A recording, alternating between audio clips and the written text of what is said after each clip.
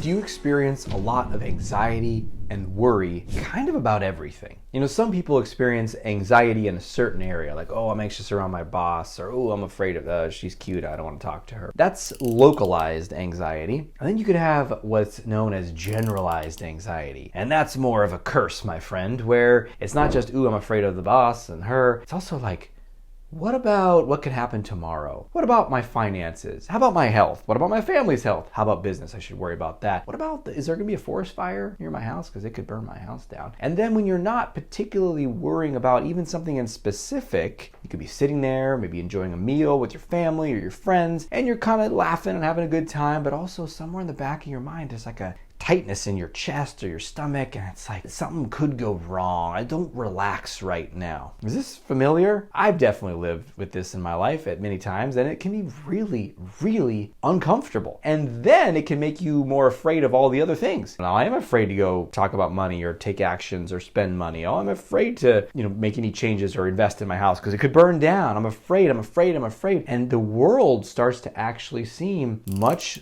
scarier, more threatening. And if it gets real bad, you can start having panic attacks where it's like, oh my God, the grocery store. I had a panic attack in the grocery store. Can't go back there. Felt like I was dying, or on the bus or whatever. You can have a sense of, if it's real bad, you get agoraphobia, right? It's like, don't leave the house. Close the blinds, peek through once a day to make sure that no one's coming at you. But you might not be that far, but it's a spectrum. And so how do we deal with this? How do we shift this? The good news is you can, and there's just a couple of key things that you must do. Now, sometimes people say, well, you gotta face your fear. Go approach the thing that scares you. That works really well for localized anxiety. You're afraid of your boss, you actually should approach authority figures more often. You're afraid of the ladies, which I was for many years, you go talk to the ladies. You realize that they're, instead of being like a wolf, they're more like flowers and puppies. Some of them can be wolves though, so just stay away from the wolf. In any case, that doesn't work as well for generalized anxiety because the source is not, you're not actually afraid of those things, right? You're just in a state of fear and it gets associated to everything in your world. So here's what we gotta do. First, you have to realize that the pattern is not coming from out there. It's not like your world is full of scary things. I know it feels that way, but actually it's a pattern in here. There's a pattern in your mind that makes everything seem so scary. And if you're with me so far, then good, we can move to the next step. If you're like, no, it's really my finances, and it's really my boss, and it's really my house, and it's really this person, and it's really my neighbor. What's the one common denominator in all of those equations? It's you.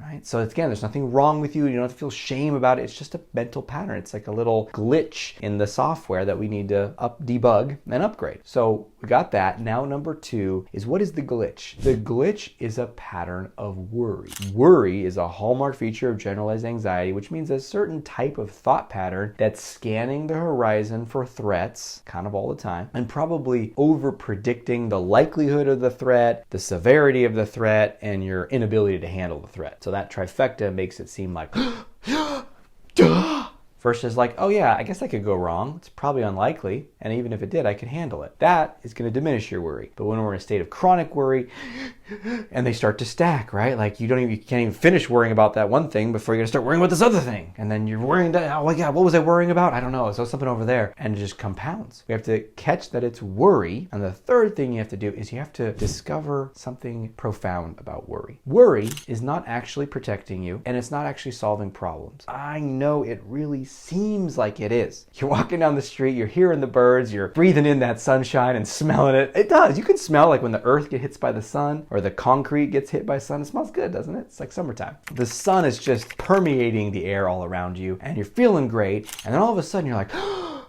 I forgot to send that email. And look, your worry just totally protected you there, right? Actually, you could remember to send the email without a squirt of panic and cortisol going through your system. You'd be like, oh, that email. Okay.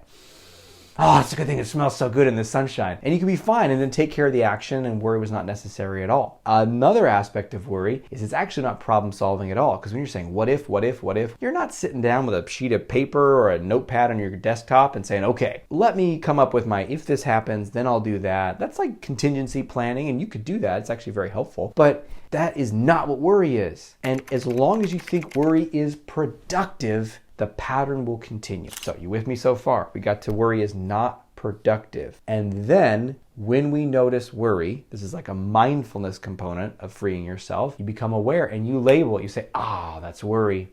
Now that's worry. That's worry. And if you have a lot of anxiety, you'll be doing that all day long. That's okay. Just notice it. Label it as worry. Then what do you do? Well, then you have to be able to let the worry go. That doesn't mean you stop worrying. That means you stop feeding it. Now, how the hell you do that? Well, the worries are going to be very alarming. They're going to want to pull your nervous system. Oh, what's the threat?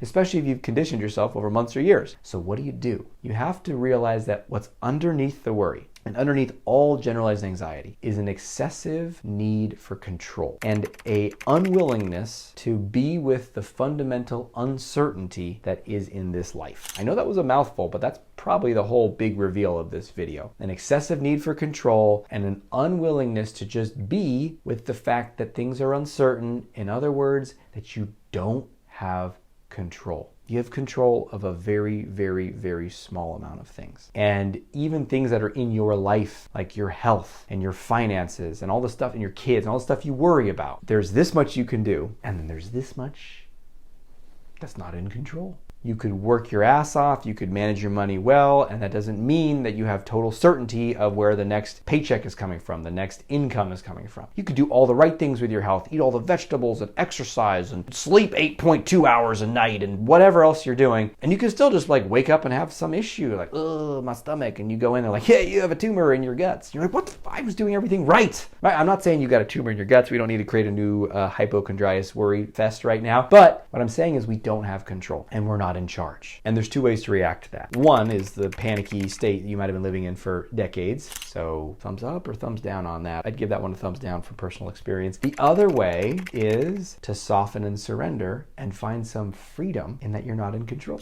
That one might seem like a bit of a stretch. And I've found that we don't get to this one just like with a quick thought, like, well, I'm not in control. That's a relief, right? It might be for you as you're watching this, but actually it takes a little bit of practice.